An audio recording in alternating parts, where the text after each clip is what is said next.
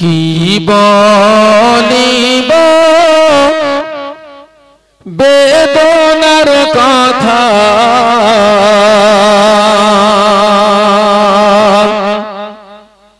আমি শরীফ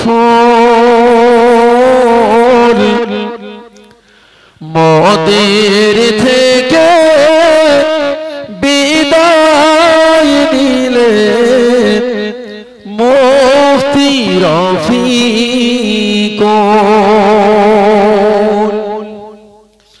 কি বলিব বেদনার কথা কি বলিব দুঃখের কথা আমি শরীফ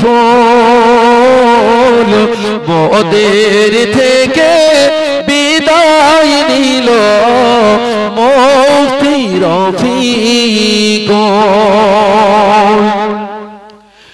তিনি ছিলেন বাংলার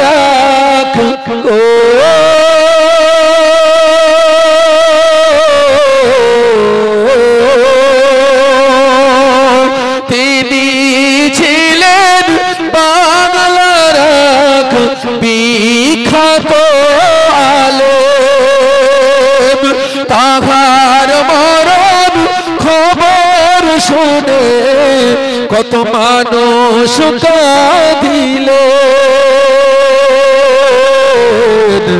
লক্ষ লক্ষ মানুষ তাকে লক্ষ লক্ষ মানুষ তাকে ভালোবাসিতেন কি বলিব বেদনার কথা আমি শরীফ মোদের থেকে বিদায় নিল মুফতি রফিক তাহার জানাজার নামাজে দেখো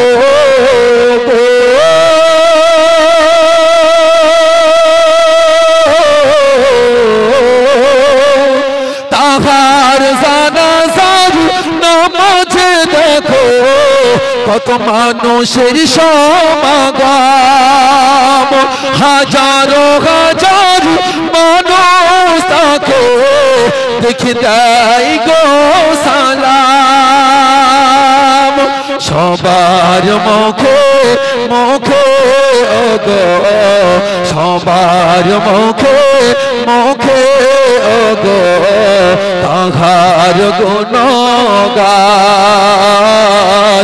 তিনি ছিলেন সবার প্রিয় তিনি ছিলেন মোদের প্রিয় মুফতি রফিকুল ইসলাম কি বলিব বেদনার কথা কি বলিব দুঃখের কথা আমি শরীফ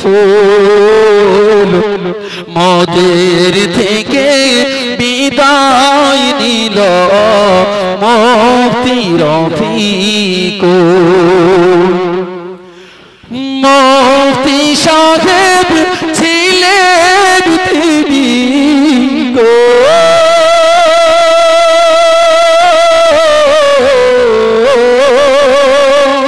মুফতি সাহেব ছিলেন তিনি মোদের নয়নমণি মুফতি সাহেব ছিলেন তিনি মোদের নয়নমণি তাহার মরণ খবর শুনে কাঁদি কত জ্ঞানী গুণী মধুমাখা ছিল গো মধুমাখা ছিল গো তাহার মুখের বাণী আর কোনদিন আর কোনদিন শুনতে পাবো না, আর কোনদিন শুনতে পাবো না। তাই কেঁদে কেঁদে মরি, কি বলিব দুঃখের কথা, কি বলিব বেদনার কথা। আমি শরীফ ফুল মোদের থেকে বিদায় নিল মুফতি রফিকুল। শেষ ছন্দ। মুফতি সাহেবকে নিয়ে আমি যতই লিখি না কেন, আমি তার একটা সন্তানের মতন, তার একটা ছাত্র, যতই প্রশংসা করি আমার কাছে ততই কম হবে। তাই শেষ কথা কি লিখেছি মন দিয়ে শুনুন। চোখের পানি ছেড়ে দিও গো,